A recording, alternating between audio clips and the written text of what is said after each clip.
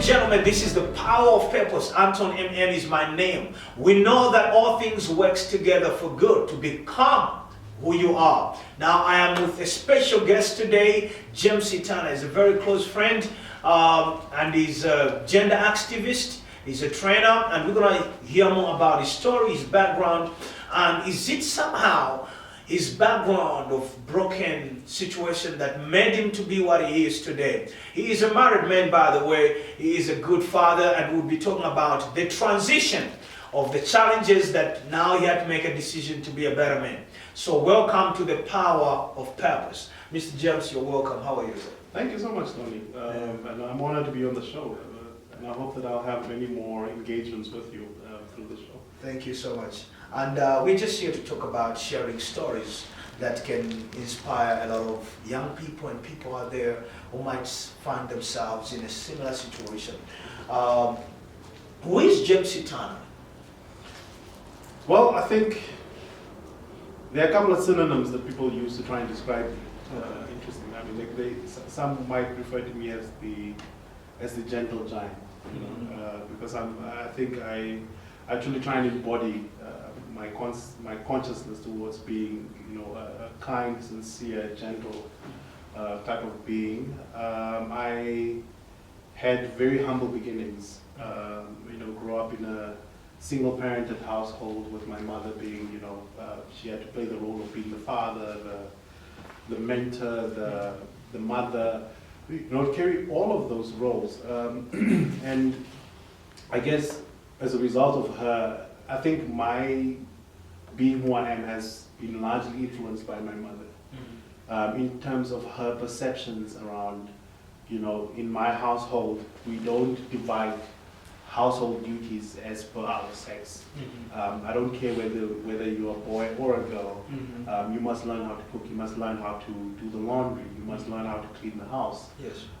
You must learn how to take care of a child, you must learn how to take care of your younger sister when she's at work. Some people say that a child is raised by the village. Some psychologists say you have nature on nature, society or parental DNA. From the location, let's talk about first the location where you grow up, and the surrounding, beside what you learn in your mother's house, what you have just alluded now.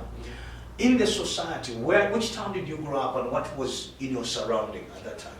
Well, it's pretty interesting because I didn't grow up in one specific place. My mom, you know, obviously because of employment opportunities, she was a registered nurse.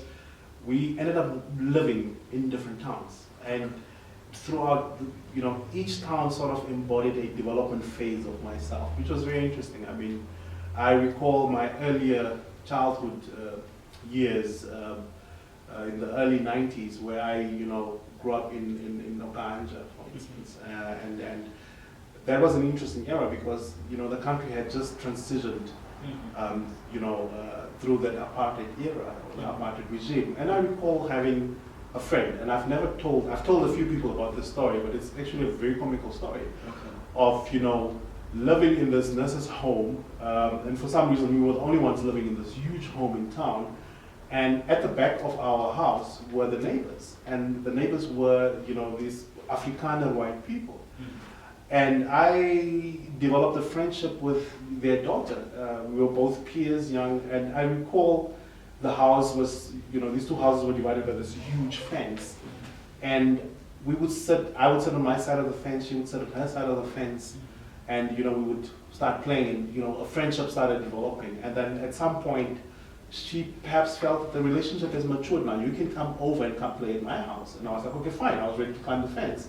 And she told me, no, but wait a minute, you're not white enough yet. So she would tell me that, listen, okay, we have to remedy the situation very quickly, so why don't you take sand and put sand on your skin and on your face, so that I can become white. So, and that was the little game that we played. So I would put sand on my face everywhere, and she'd be the one instructing, yeah, put it on the ears, put it on the, you know, so I can become white enough. And after I'm like, am I white enough to come play with you right now? And she's like, no, you're not white enough yet, try again. I would put sand, and like, am I white enough? She's like, yes, you're white enough. Then I would climb the fence and we'd go and play. And that was a friendship that developed right after the cusp of having gone through the apartheid era. And I found that very fascinating. So now you have two hands shaping you. One is it was a single mother. A single mother, loving, caring, spiritual. And then you have a hand of the society, which is trying to show you, okay, mother said this, but this is what is out here. So as you move into your teenage years, how did that pressure begin to be on you? It was tough. Yes. To be honest, it was really hard because at home, you know, you're supposed to be the devout Christian, living up this life of, you know, being a born-again Christian, and then everything around you in your society is very opposite what you are learning from home. There you have your peers who have started, you know, engaging in drinking alcohol. They have started engaging in, you know, partying and going out and being allowed to go out by their parents. You start seeing your peers entering into relationships and intimate relationships, and this one has a boyfriend and a girlfriend, and all of these type of situations. And I found myself at odds because I couldn't relate. It was very difficult, and it's almost as if I developed like a chameleon-like complex of sort of changing and shifting colors. That, you know, when I was at home, I was this beautiful born-again Christian, but when I was in my society or at my schools, I would try to fit in, because the pressure of not fitting in for a teenager is extreme, because all of the attention is on you. It's almost as if you've marked yourself as a target, and you become, you know, the person that everybody, you know, would want to bully. Yes. I think what counted in my favor was the fact that I was this huge, you know, I'm a guy of a huge stature, so it makes it slightly difficult, but it made it a challenge for all the bullies. As you grow there into adolescent, were there a time that you begin to do things outside your mother's house that were against your mother's values and beliefs? I think most of the times, as a young teenager who, at that stage, you know, wanted to begin exploring, especially in my later teenage years, you know, I think my first relationship was somewhere in grade 11, and my mother should not never have known that I was in a relationship. So it was this little secret that I was trying to keep, but I was always at odds, because in that particular relationship, I mean, I think the girl was in grade 11, I was in grade 12, right? So she was very matured. I mean, she wants to engage in a relationship and be as intimate as possible. She wants to engage in sex, for instance. And I'm a grade 12, a senior student in the school, the deputy head boy of this particular school, and yet I'm a virgin. So I was at odds, like, do I give in and, you know, engage in the sexual act with this person? Do I not? God, I know I have biology, but I have fears that if I kiss her, she may fall pregnant and my mom is going to kill me. Yes. So I was always at odds. So yes, there were moments where I, you know, did not live up to what my mother's expectations were. I remember the time that we, I think this was in 2011, we did the 2011 census, and I was fortunate enough to be hired as an enumerator. Yes. We did the first week of training. I think we got something like $800, and that was my first time ever having earned money. And I went and, you know, basically lied to my mom that, you know, we got $200 for the training, here's the $200, I, you know, kept the rest. And that was the first time that I think I was grade 11, the first time I bought myself, you know, very expensive sneakers. It was my first pair of Nikes, were in 2011 because of census money that I counted. So thanks, Namibian, for that money. And then we got paid. Yes. And I think we got paid something close to $3,000. And I then used that money with a couple of friends of ours. I think I had about 3-4 friends. And we decided that, you know what, let's go and celebrate. I had no idea what I was doing, but since my friends were into it and they were doing it, why can't I do it? Yeah. Had a wonderful night drinking, gate crashed the wedding at some point, and then I went home, not realizing that I'm going to have to come and deal with, you know, the consequences of having consumed so much alcohol. I got home, and that was the first time I had the full effect of what a hangover looks like, you know, the vomiting and everything. And my mom was, I recall her calling in a meeting and she was so disappointed. She was livid. How can you, you are the youth leader in our church, you're supposed to be born again and you're coming and now you can't come to Sunday church because on Saturday you had gone out and now you are hungover. And I felt so disappointed in myself. Yet at the same time I felt excited that now finally I can somehow sort of fit in with my friends. Don't you see it beneath what you just said, that all your life since you were a kid you've been trying to fit in? Because recalling playing by the gate side with a white girl and you begin to rub off your dust on your skin so that you become white. From that moment you are trying to fit in. And I can just imagine a lot of young people who are battling in trying to fit in. Now, coming to that stage, where there's some decision, whether be it in the teenage years, that were made because somehow there was no father figure in your life? I think a lot of it at the end of the day boils down to the fact that, you have a father, you know who your father is, and they partially provide.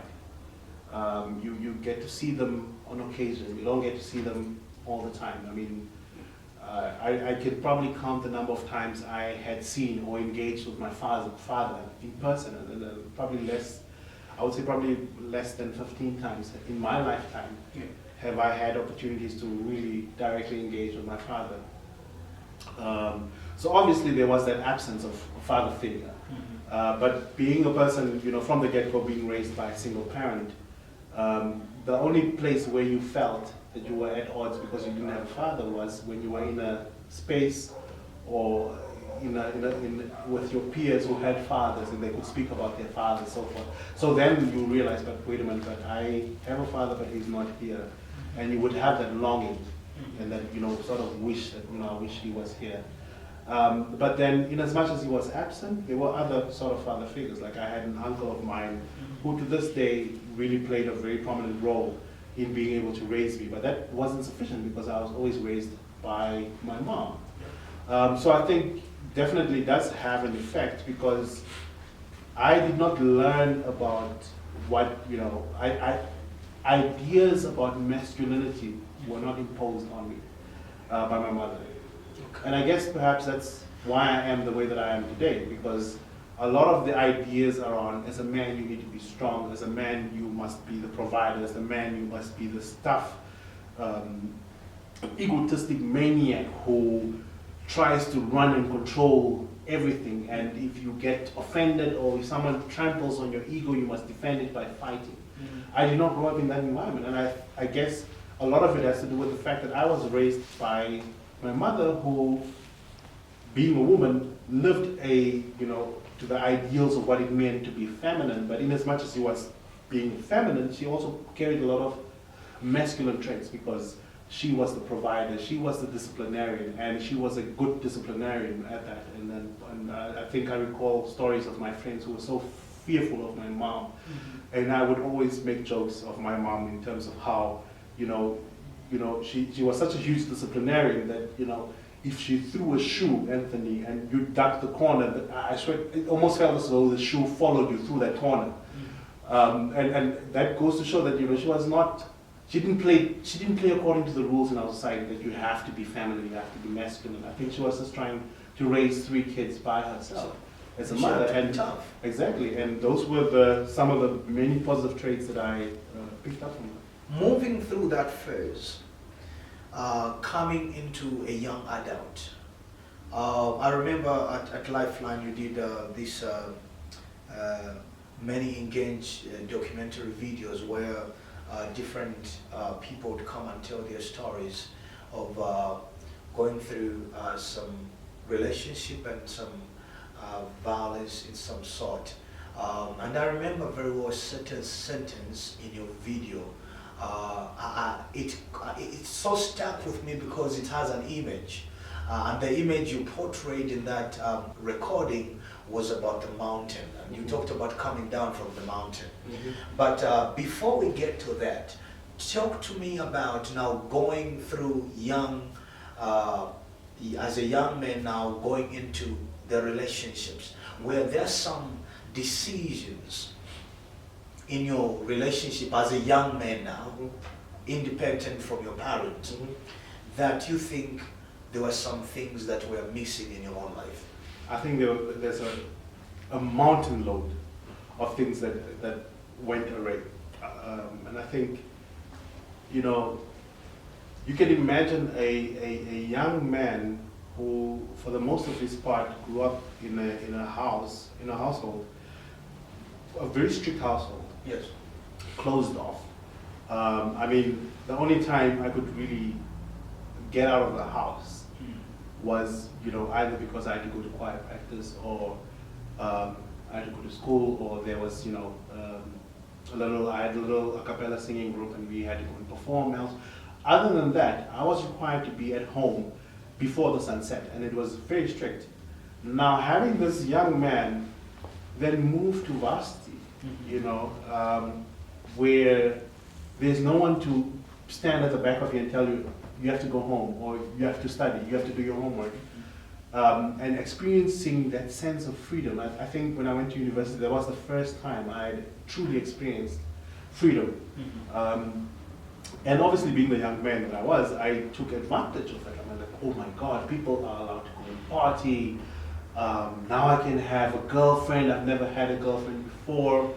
And that was the first time it was at varsity that I had lost my virginity with my first relationship, which was an extremely toxic relationship.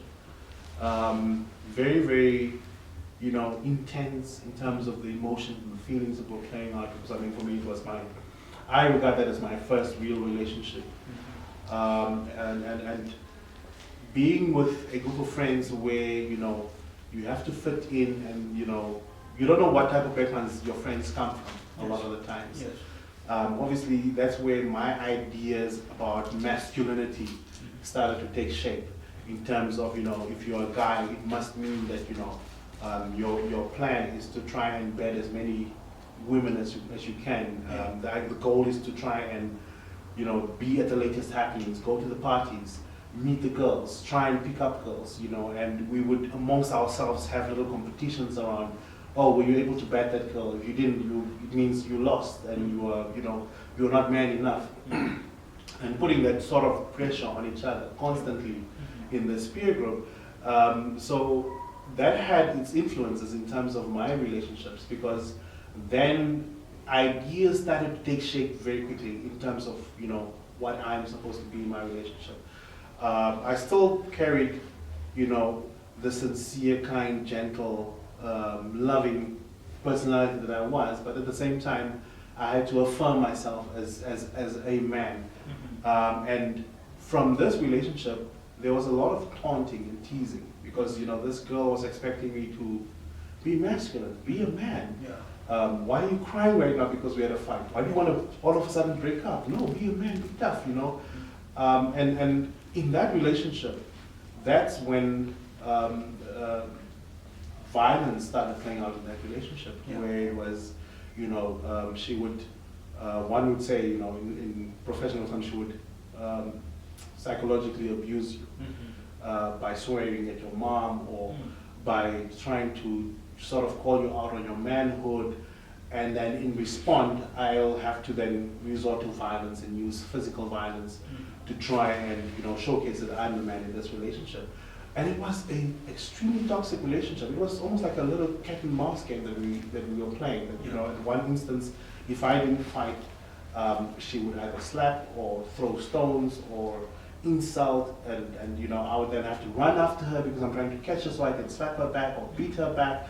So it was extremely toxic relationship, which nearly costed me my education.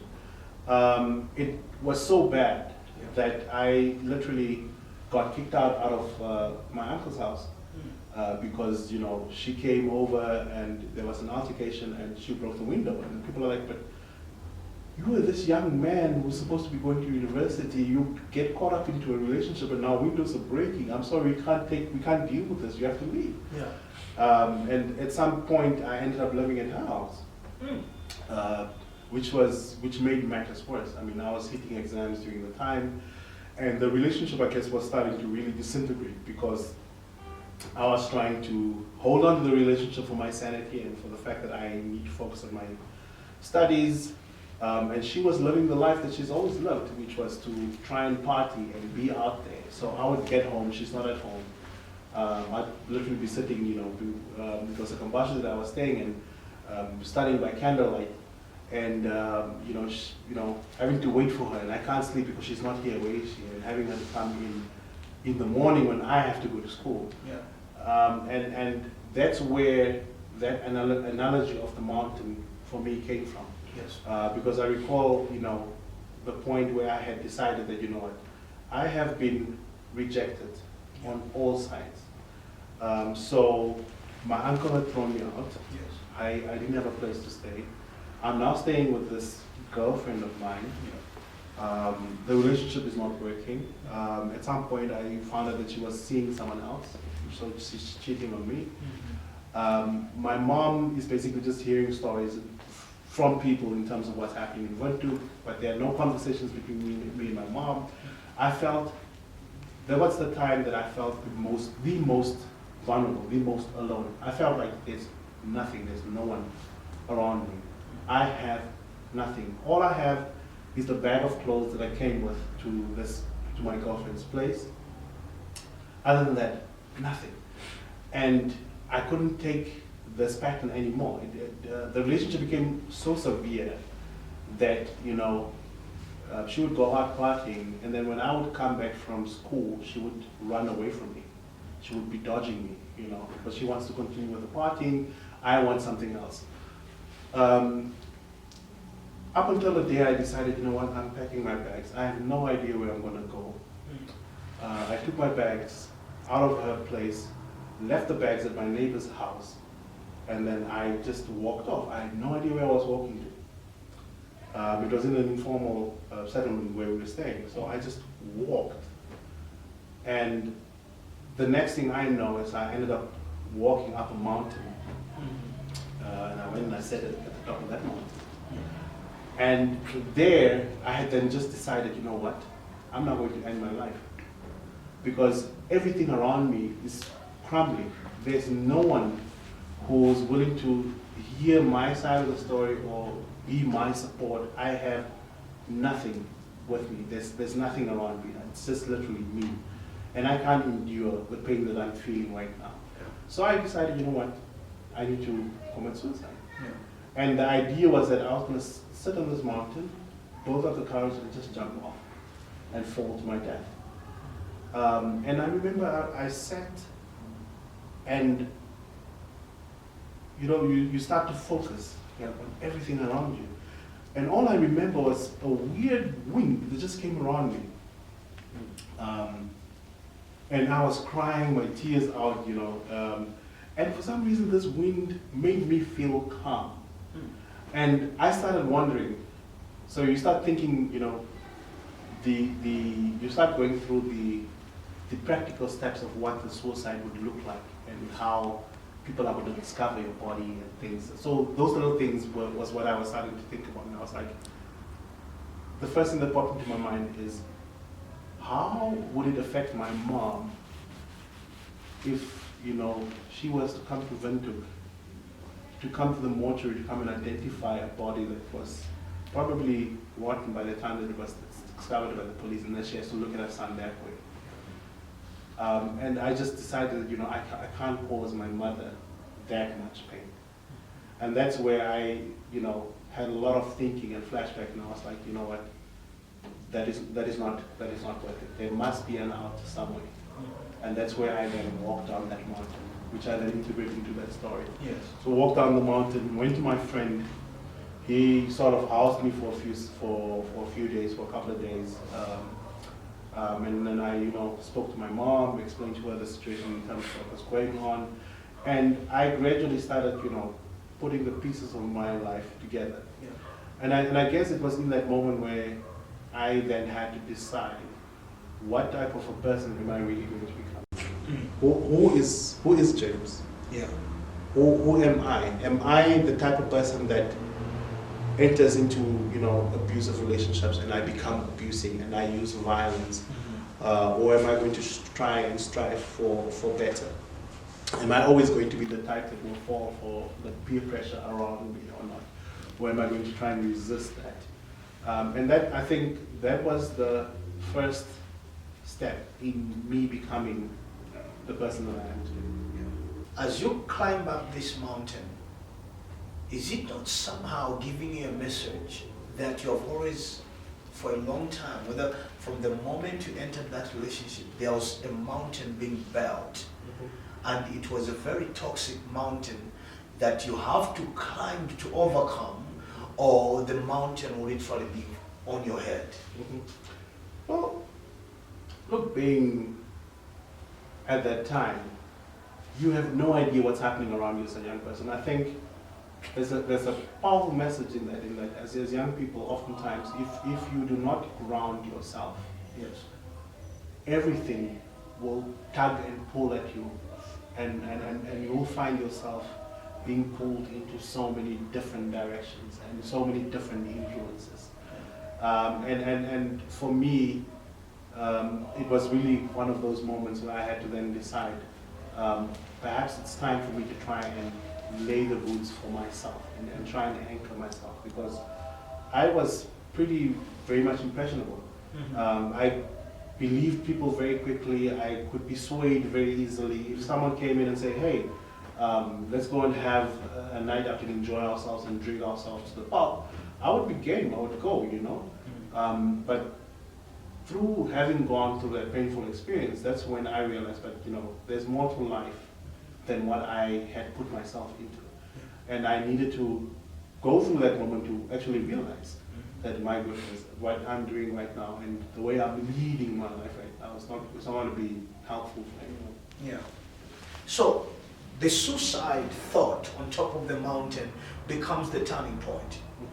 Does this now bring you to where now you feel like you have either, through your lifestyle, you have hurt some people and you have been hurt?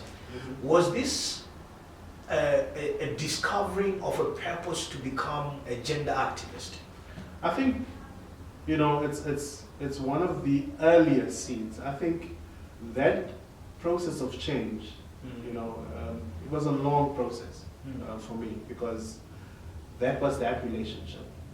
Then I ended up obviously I had a number of other relationships, ended up into one other solid relationship. And I think that for me was an interesting experience, because here I was in this relationship, completely heads over heels in love with this person. We're both employed, young professionals working. I'm trying to sort of, become this prominent, activist and whatnot. But I had not fully dealt with a lot of the issues that I had left in my past.